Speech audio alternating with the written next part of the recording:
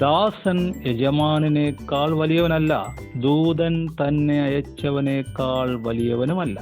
ഇത് നിങ്ങൾ അറിയുന്നു എങ്കിൽ ചെയ്താൽ ഭാഗ്യവാന്മാർ. യോഹന്നാന്റെ സുവിശേഷം 13-ാം അധ്യായം വരുമ്പോൾ കർത്താവ് ഒരു ബ്ലെസ്സിങ്ങും കൂടെ കൂട്ടിച്ചേർക്കുകയാണ്. മത്തായിയുടെ സുവിശേഷത്തിൽ നമ്മൾ 8 ഭാഗ്യങ്ങളെ കുറിച്ച് കേട്ടു. ഇവിടെ കർത്താവ് പറഞ്ഞ ഇങ്ങനെ ഒരു ഭാഗ്യം കൂടെ ഉണ്ട്. യോഹന്നാന്റെ സുവിശേഷം 13-ാം അധ്യായത്തിലെ ഒടുക്കത്തെ അത്താഴം പലരും ഭാവനയിൽ കണ്ട് പല ചിത്രകാരന്മാരും വരച്ചു. അവർ പ്രസിദ്ധി നേടി. യേശുവിൻ്റെ വിഷാദമുഖം, യേശുവിൻ്റെ ചിരിക്കുന്ന മുഖം, പക്ഷെ ഉള്ളിൽ കരഞ്ഞുകൊണ്ട് പുറത്ത് ചിരിക്കുന്ന യേശുവിനെ അധികമാരും കണ്ടില്ല. യോഹന്നാൻ കണ്ടു, പത്രോസ് അതിനെക്കുറിച്ച് കേട്ടു. തുടങ്ങുന്നത് ഇങ്ങനെയാണ്: യേശു അറിഞ്ഞു, ഞാൻ ഇവിടം വിട്ടു പോവുകയാണ്. പിതാവ് സകലതും തൻ്റെ കയ്യിൽ തന്നിരിക്കുന്നു. അവൻ തനിക്കുള്ളവരെ സ്നേഹിച്ചതുപോലെ അവസാനത്തോളം സ്നേഹിച്ചു. എന്തിനാ എടുത്തു പറയുന്നത്? കാരണം സ്നേഹിക്കാൻ പ്രയാസമുള്ള ഒരാൾ ആ കൂട്ടത്തിലുണ്ട്. എന്നെ ഒറ്റിക്കൊടുക്കുന്നവൻ്റെ കൈ എൻ്റെ കൂടെ മേശപ്പുറത്തുണ്ട് എന്ന് പറഞ്ഞാൽ, ഞാൻ കഴിക്കുന്ന അതേ പാത്രത്തിൽ നിന്ന് അവൻ എടുത്ത് കഴിച്ചുകൊണ്ടിരിക്കുകയാണ്. ഞാൻ കുടിക്കുന്ന അതേ പാനപാത്രത്തിൽ നിന്ന് അവൻ കുടിച്ചുകൊണ്ടിരിക്കുകയാണ്. എൻ്റെ അപ്പം തിന്നവൻ എൻ്റെ നേരെ കുതികാലുയർത്തി. കുടുംബങ്ങൾ തകരുന്നതിൻ്റെ കാര്യം എന്താണ്? അപ്പൻ ഗൾഫിൽ പോയി കാശുണ്ടാക്കി, വീട് വെച്ചു, മക്കളെ വിദ്യാഭ്യാസം ചെയ്യിച്ചു, കാറ് വാങ്ങിച്ചു കൊടുത്തു. തിരിച്ചപ്പം വന്നപ്പോൾ അവർക്ക് അപ്പന് വേണ്ട. തകർന്നില്ലേ ബന്ധം? മകന് പറയാനുണ്ട്, ഞാൻ സമ്പാദിച്ചു, ഞാൻ സ്നേഹിച്ചു, ഞാൻ അനുസരിച്ച് നിന്നു. പക്ഷെ അപ്പൻ മുഖപക്ഷം കാണിച്ചു. മകൾക്ക് പറയാനുണ്ട് അമ്മയെക്കുറിച്ച്, അമ്മയ്ക്ക് പറയാനുണ്ട് മകളെക്കുറിച്ച്, ആദാമിന് പറയാനുണ്ട് ഹവ്വയെക്കുറിച്ച്. നീ എനിക്ക് തന്ന സ്ത്രീ എന്നെ ചതിച്ചു. സ്ത്രീക്ക് പറയാനുണ്ട് പാമ്പ് എന്നെ ചതിച്ചു. ഇവിടെ യേശുവിന് പറയാനുണ്ട്, ഞാൻ സ്നേഹിക്കുന്നു. ഏദൻ തോട്ടം നഷ്ടപ്പെട്ട മനുഷ്യനെ തിരിച്ച് തോട്ടത്തിൽ കയറ്റണം. അതാണ് യേശുവിൻ്റെ ആഗ്രഹം. എൻ്റെ കണ്ണീരൊരു വിഷയമല്ല, എൻ്റെ അപമാനം ഒരു വിഷയമല്ല, ഇവനെന്നെ ചതിക്കുന്നത് വിഷയമല്ല. കാരണം ചതിക്കുന്നത് ഇവനല്ല, ഇവൻ്റെ പിന്നിലിരിക്കുന്ന ഒരാളാണ്. അത് തിരിച്ചറിഞ്ഞപ്പോൾ അവൻ സ്നേഹിച്ചു, യൂദയെ സ്നേഹിച്ചു, അവസാനത്തോളം സ്നേഹിച്ചു. അപ്പകണ്ണം മുക്കി വായിൽ വെച്ച് കൊടുത്തു.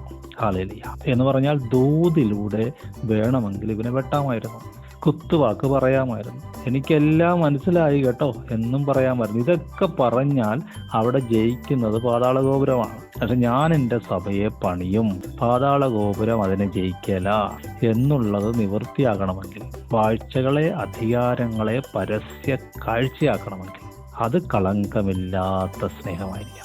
അതിന് ഒരാൾക്കേ കഴിയുമായിരുന്നുള്ളൂ. അത് യേശു കർത്താവ് പൂർത്തിയാക്കി. ഇന്ന് അവൻ്റെ നിറവിൽ നിന്ന് നമുക്ക് നിറവ് പ്രാപിക്കാം. എന്തിനു വേണ്ടി? പ്രിയ മക്കളെന്ന പോലെ ദൈവത്തെ അനുകരിപ്പിൻ.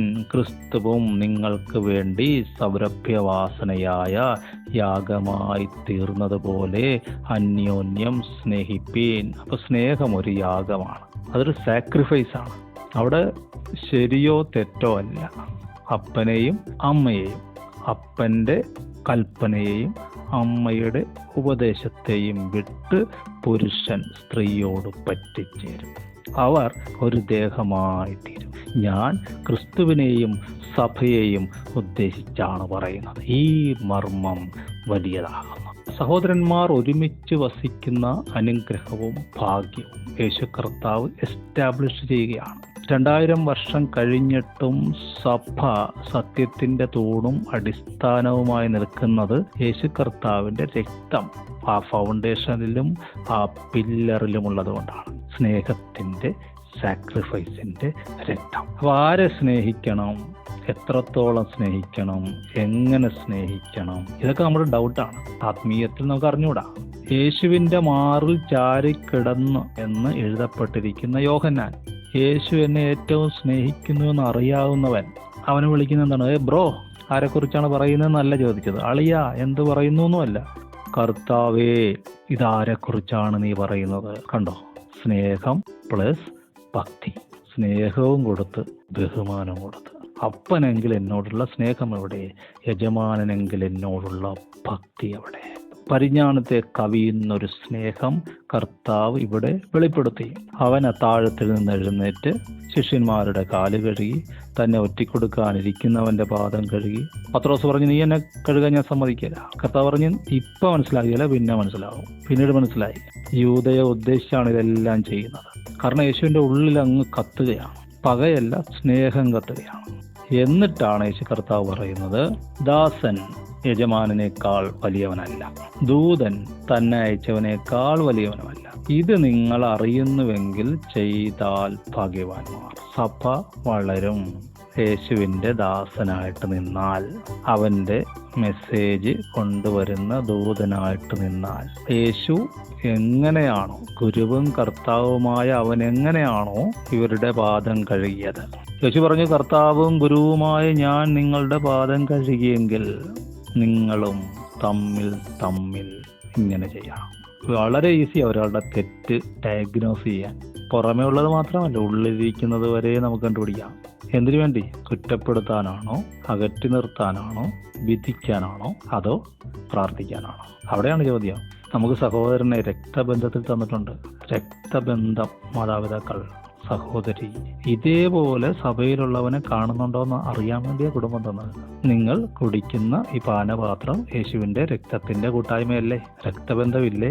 നാം നുറുക്കുന്ന ഈ അപ്പം അവന്റെ ശരീരത്തിന്റെ കൂട്ടായ്മയല്ലേ? നമ്മളൊരു ശരീരത്തിന്റെ ഭാഗമല്ലേ? വലിയ കാര്യമൊന്നും ചെയ്യാൻ പറ്റിയില്ലെങ്കിലും കുഴപ്പമില്ല, ചെറിയ കാര്യം ചെയ്യാം. എന്താണ്? അവന്റെ പാപം ക്ഷമിക്കണമെന്ന് പ്രാർത്ഥിക്കാം. പരസ്യമായിട്ടല്ല, രഹസ്യമായിട്ട്. ഇതിന് വിരോധമായിട്ട് വചനങ്ങൾ അക്ഷരമില്ലേ? ഉണ്ട്. ഈ സ്നേഹിച്ച യോഹന്നാൻ തന്നെ, എല്ലാവരെയും സ്നേഹിച്ച യോഹന്നാൻ തന്നെ പറയുന്നു, എല്ലാവരുടെയും പാപങ്ങൾക്ക് വേണ്ടി, അവരുടെ മോചനത്തിന് വേണ്ടി പ്രാർത്ഥിക്കണം എന്ന് ഞാൻ പറയുന്നില്ല. അന്യരുടെ പാപങ്ങളിൽ ഓഹരിക്കാരനാകരുത് എന്നും എഴുതപ്പെട്ടിട്ടുണ്ട്.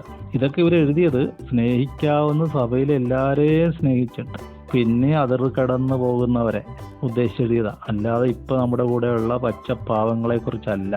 ഇത് നിങ്ങൾ അറിയുന്നുവെങ്കിൽ, എന്ന് വെച്ചാൽ നമ്മൾ അറിയുന്നെങ്കിൽ നമ്മൾ ഭാഗ്യവാന്മാർ. സഭ ഒരിക്കലും തോക്കാൻ പോകുന്നില്ല. സഭ വിശ്വാസത്തിലും എണ്ണത്തിലും പെരുകും. കാരണം കുരികിൽ ഒരു വീട് അവിടെ കണ്ടെത്തും, മീവൽ പക്ഷി കുഞ്ഞുങ്ങൾക്കൊരു കൂട് കണ്ടെത്തും. ഇത് നമ്മൾ കാണുക, ആൾക്കാർ ഇടയനില്ലാത്ത ആടുകളെപ്പോലെ ചിതറിപ്പോവുകയാണ്. ഭാര്യ ഭർത്താവിനെ കൊല്ലുന്നു, ഭർത്താവും ഭാര്യയും കൂടെ മക്കളെ കൊന്നിട്ട് അവർ ആത്മഹത്യ ചെയ്യുന്നു. കാരണം കടബാധ്യത, ട്രീറ്റ്മെന്റിന് പൈസ ഇല്ല. അതുകൊണ്ട് ഭർത്താവ് ഭാര്യയെ ആശുപത്രിയിൽ കൊന്നിട്ട് ഭർത്താവ് ചാടി മരിക്കുന്നു. ഇടയനില്ലാത്ത ആടുകൾ, അവർക്ക് വരാനൊരു സ്ഥലം ഉണ്ട്, അതവർക്ക് തോന്നണം.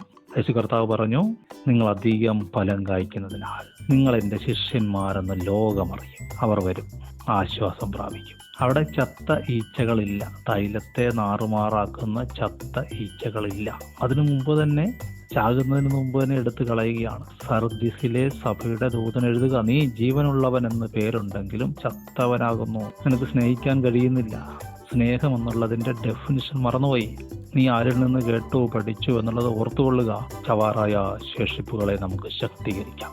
യേശു കർത്താവിന്റെ സ്നേഹത്തെ നമുക്ക് പിന്തുടരാം. നമുക്ക് റിസീവ് ചെയ്ത സ്നേഹം, നമ്മൾ പ്രാപിച്ച സ്നേഹം, പാപമോചനത്തിനായി, കുടുംബത്തിന്റെ ഉദ്ധാരണത്തിനായി, കുഞ്ഞുങ്ങളുടെ അനുഗ്രഹത്തിനായി, കുടുംബജീവിതത്തിനായി, കടബാധ്യത മാറാനായി, സങ്കടം മാറാനായി, ശത്രുവിൽ നിന്ന് രക്ഷപ്പെടാനായി നമ്മൾ കർത്താവിൽ നിന്ന് പ്രാപിച്ച സ്നേഹം, സൗജന്യമായിട്ട് പ്രാപിച്ചത് സൗജന്യമായിട്ട് നമുക്ക് കൊടുക്കാം. യേശുവിൻ്റെ നാമം എല്ലായിടത്തും മഹത്വപ്പെടട്ടെ. അവൻ്റെ നാമം പകർന്ന തൈലം പോലെ, അതിലൊരു ദുർഗന്ധമില്ല.